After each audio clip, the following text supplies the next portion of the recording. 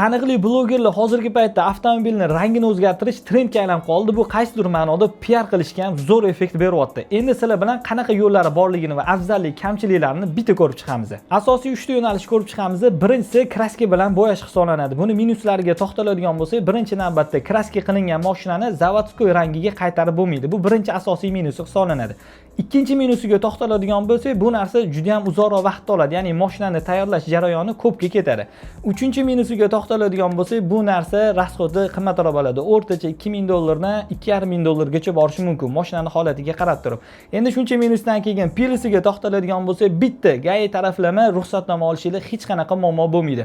Shundoq borasizlar, texpasportni alishtirasizlar, hech qanaqa pretenziya yo'q. Bu eng katta plusi hisoblanadi. Ikkinchisi, hozirgi paytda endi tarqalishi boshlanayotgan narsalardan bittasi jiddiy poliuretan hisoblanadi. Buni minusiga to'xtaladigan bo'lsak, xarajati juda ham qimmat. O'rtacha $2500 dan $4000 gacha boradi, kuzovni katta kichikligiga qarab turib.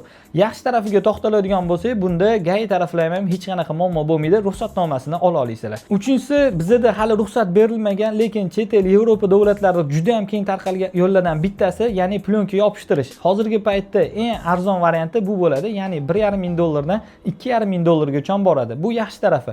Ikkinchi yaxshi tarafiga to'xtaladigan bo'lsak, bu juda ham tez yopishtirish jarayoni taxminan 2 kun bilan 3 kun orasida mashinani bitirsa bo'ladi.